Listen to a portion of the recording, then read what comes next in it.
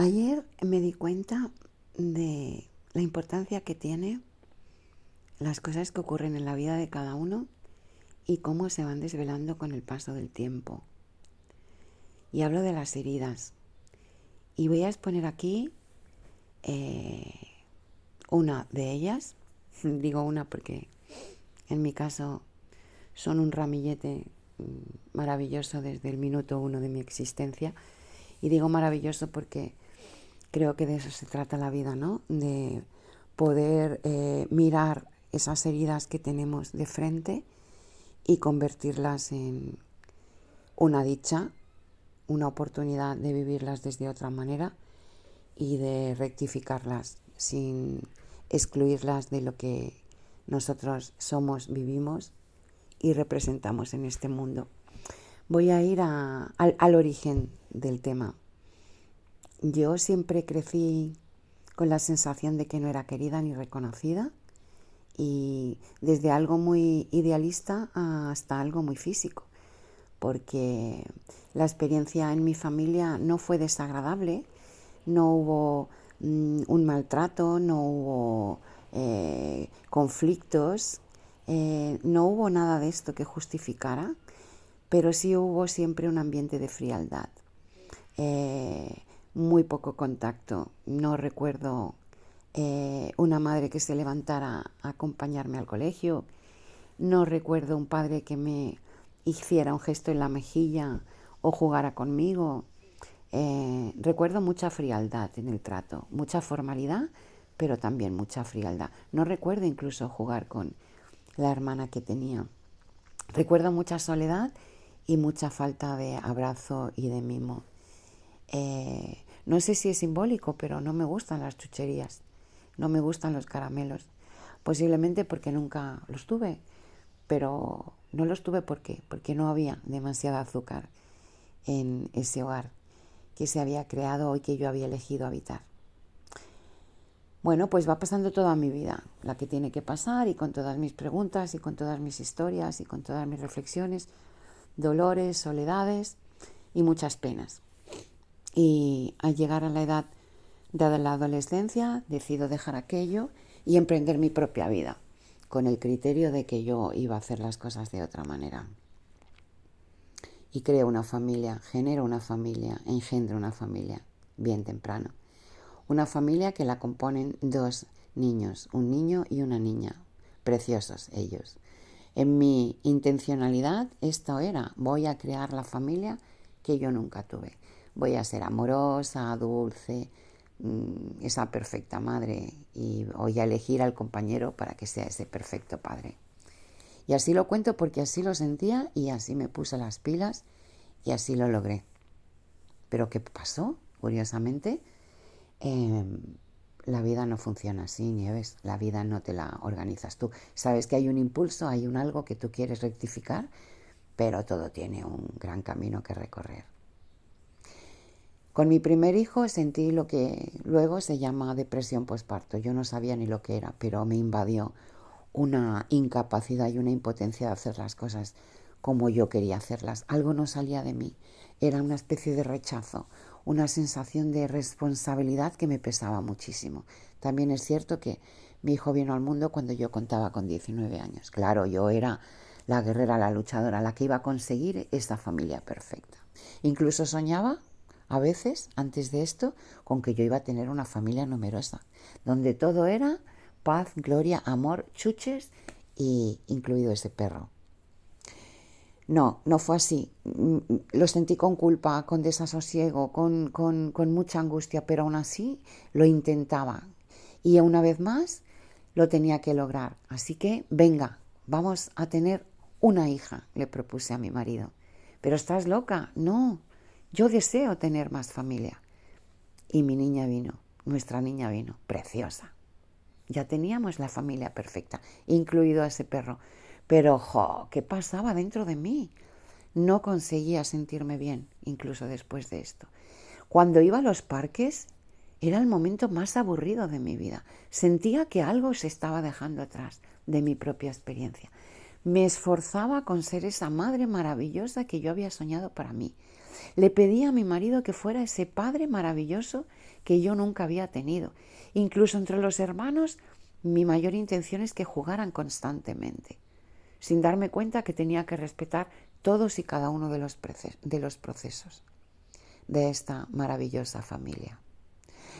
Me sentía mal, sin criterio, sin aire, pero a la vez tan culpable. ¡Wow! No entendía nada, pero el compañero máximo era la decepción sobre mí misma y la volcaba en el padre de mis hijos. Alguien tenía que tener la culpa de todo esto. ¿Por qué?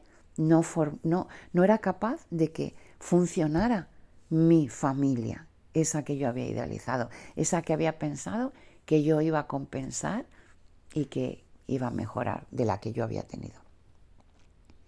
Un desastre. Decido pedir espacio, decido pedir aire y convoco al padre de mis hijos y le digo que no puedo más, que necesito el divorcio.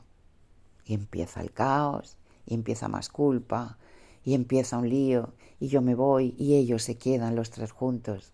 Y pasan años, muchos años después de esto. Durante esos años me sentí culpable, me sentí perdida. ¡Qué locura la mía! Creé y generé dolor en los otros. Mis hijos, mientras eran pequeños, no entendían nada. Lo sufrieron, habría que preguntarle a ellos, porque sí que es verdad que cada uno vive las cosas como decide.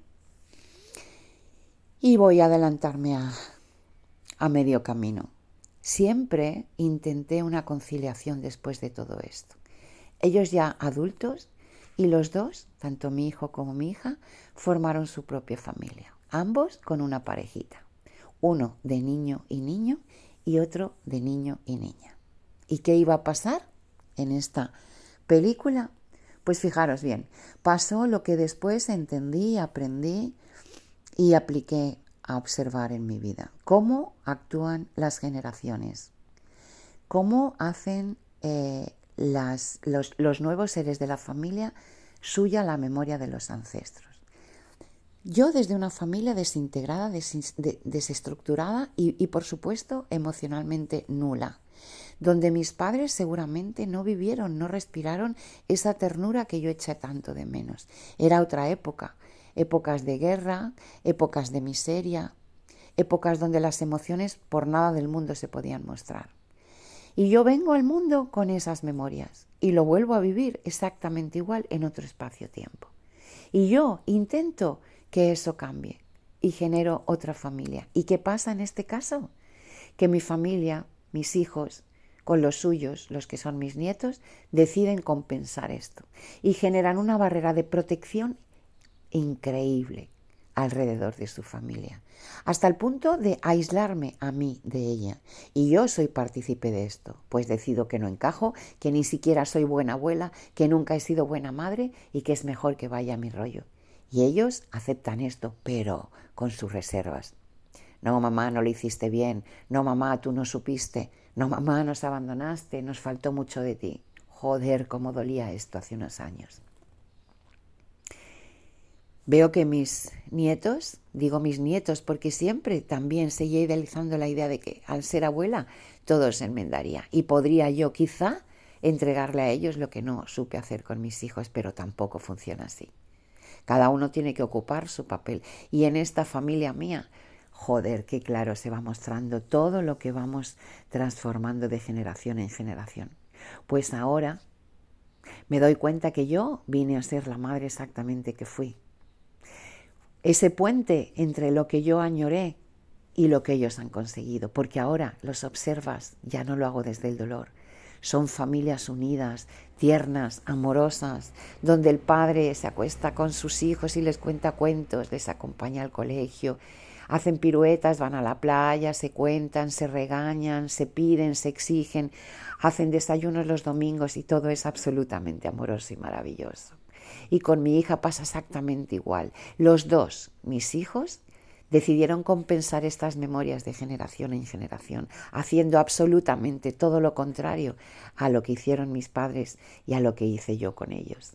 Y ayer, acompañada de una música maravillosa de clarinete, interpretada por una de mis nietas, me volvió a pellizcar ese dolor. Me emocioné Lloré, los veía, los sentía y decía, ¡jo, pero qué lejos! Y qué separada me siento yo de esto. Y ahí hubo una voz maravillosa. Mi intuición le llamo yo. Mi ser, mi sensibilidad, mi alma que me dijo, no, Nieves, no, ya no hay dolor. Lo que ellos están haciendo es que han compensado lo que no funcionó. No te sientas mal, no te sientas culpable, pues tú has sido el puente entre aquello y esto. Así que lo agradezco. A veces todavía me salen un par de lágrimas o más de un par cuando recuerdo esto, pero ya no es desde el dolor, es desde la gratitud a llegar a comprender cómo funcionan las familias, cómo interpretan sus papeles para que al final el amor, el cariño y la protección sea lo que reine en el hogar y en la familia. Doy gracias a todos, los primeros, a esos abuelos míos, a mis padres, a mí misma y al padre de mis hijos, a mis hijos, a mis nietos y a los que vengan en un futuro. Gracias por hacerme entender, integrar y abrazar esto, aunque yo nunca hubiera sentido esos abrazos, aunque hubiera sido incapaz de darlos durante mucho tiempo, pero que ahora es una de las cosas que más me gusta practicar, abrazar y amar de una manera incondicional a mí, a mi experiencia y a todo mi entorno. Gracias.